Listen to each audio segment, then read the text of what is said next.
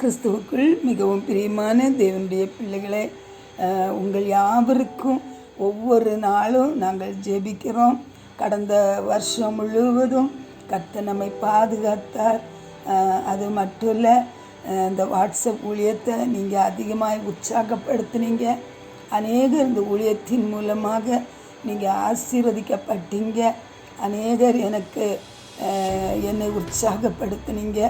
அநேகர் இந்த ஊழியத்தை அந்த வாட்ஸ்அப் மெசேஜை அநேகருக்கு நீங்கள் ஷேர் பண்ணீங்க. இப்படி அநேக காரியங்களை நீங்கள் செய்தீங்க. வேதத்தில் நம்ம பார்க்குறோம், வெளிப்படுத்தல் 3வது அதிகாரம் 8வது வசனத்தில், உன் கிரியைகளை நான் அறிந்திருக்கிறேன்.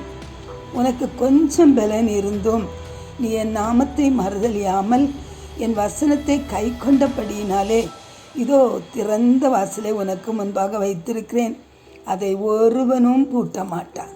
கர்த்தர் நீங்கள் செய்கிற ஒவ்வொரு கிரியைகளுக்கு தகுந்த பலனையும் நீங்கள் பெற்றுக்கொள்ளும்படியாக இந்த வருஷத்தில் தேவன் உங்களுக்காக ஒரு திறந்த வாசலை தேவன் வைத்திருக்கிறேன் என்று சொல்லுகிறார். இன்றைக்கு பிள்ளைகளுடைய வாழ்க்கையில் திருமணமாகலைன்னு சொல்லி அந்த கதவுகளுக்கு முன்பாக நின்று கதறுகிறவர்கள் எத்தனையோ பேர்கள். பிள்ளைகளுக்கு ஒரு குழந்தை இல்லை, என்னுடைய வீடு கட்டப்பட முடியல, என்னுடைய கடன் பிரச்சனை தீரல, என்னுடைய சரீரத்தில் வியாதிகள், இப்படி எத்தனையோ காரியங்கள், குடும்பத்தில் பிரிவினைகள், குடும்பத்தில் பிரச்சனைகள், அவமானங்கள், பழி சொற்கள், இப்படி பலவிதமான காரியங்கள் நெருக்குகிற வேளையிலும் கூட ஆண்டவருக்காக நின்று செய்கிற அந்த கிரியைகளை தேவன் அறிந்திருக்கிறேன் என்று சொல்லுகிறார். உபத்திரவத்தின் மத்தியில் தேவனுக்காக செய்கிற ஒவ்வொரு காரியத்தையும் தேவன் அறிந்திருக்கிறேன் என்று சொல்லுகிறார். ஆகையினால ஆண்டவர் சொல்லுகிறார், நான் உனக்கு ஒரு திறந்த வாசலை உனக்கு முன்பாக வைக்கிறேன். எல்லா காரியத்திலையும் ஒரு பெரிய திறந்த வாசல், அடைப்பட்ட வாசல்களை எல்லாம் கர்த்தர் இந்த வருஷத்தில் கர்த்தர் திறந்து கொடுக்க போகிறார். அல்லேலூயா. ஒரு திறந்த வாசலை உனக்கு முன்பாக வைக்கிறேன். உனக்கு முன்பாக வாசல்கள் பூட்டப்படாதிருக்க, கதவுகள் திறந்திருக்கும்படிக்கு நான் உன் வலது கரத்தை பிடித்து உன்னை நடத்துவேன் என்று சொல்லி எசேயா 45 பார்க்கும்.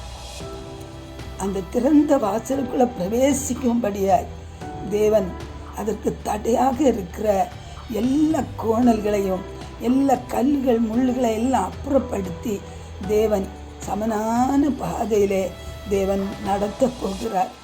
வெண்கல கதவுகளை உடைப்பேன், இரும்பு தாழ்பால்களை நொறுக்குவேன், அந்தகாரத்தின் புதையல்களை எனக்கு கொடுப்பேன் என்று சொல்லி வாக்கு கொடுத்திருக்கிறார்.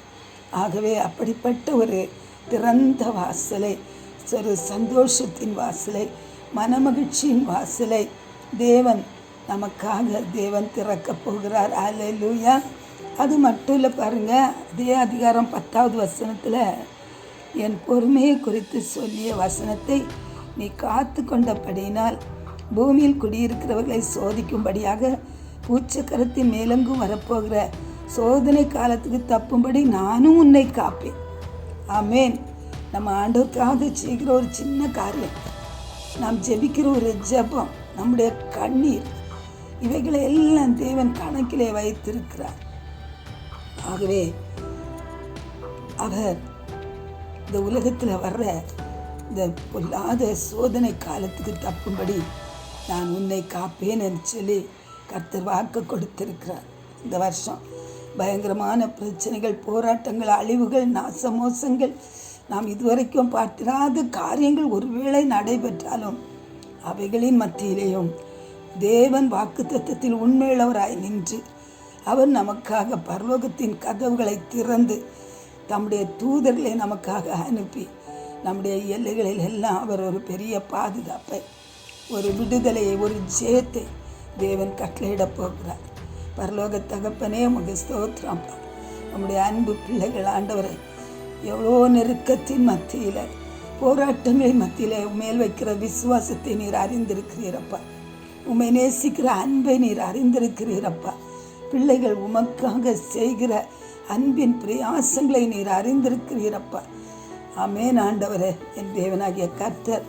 ஆகவே ஒரு திறந்த வாசலை, ஒரு சந்தோஷமான வாசலை, ஒரு ஆசீர்வாதமான வாசலை, ஒரு மகிமையான வாசலை உனக்காக நான் வைத்திருக்கிறேன் என்று சொல்லி இருக்கிறீரப்பா. அப்படியே செய்து உங்களுடைய பிள்ளைகளை சந்தோஷப்படுத்துங்க, கரம் பிடித்து வழி நடத்துங்க, உங்கள் நாமத்தை மகிமைப்படுத்துங்க. இயேசுவின் நாமத்தில் ஆமென்.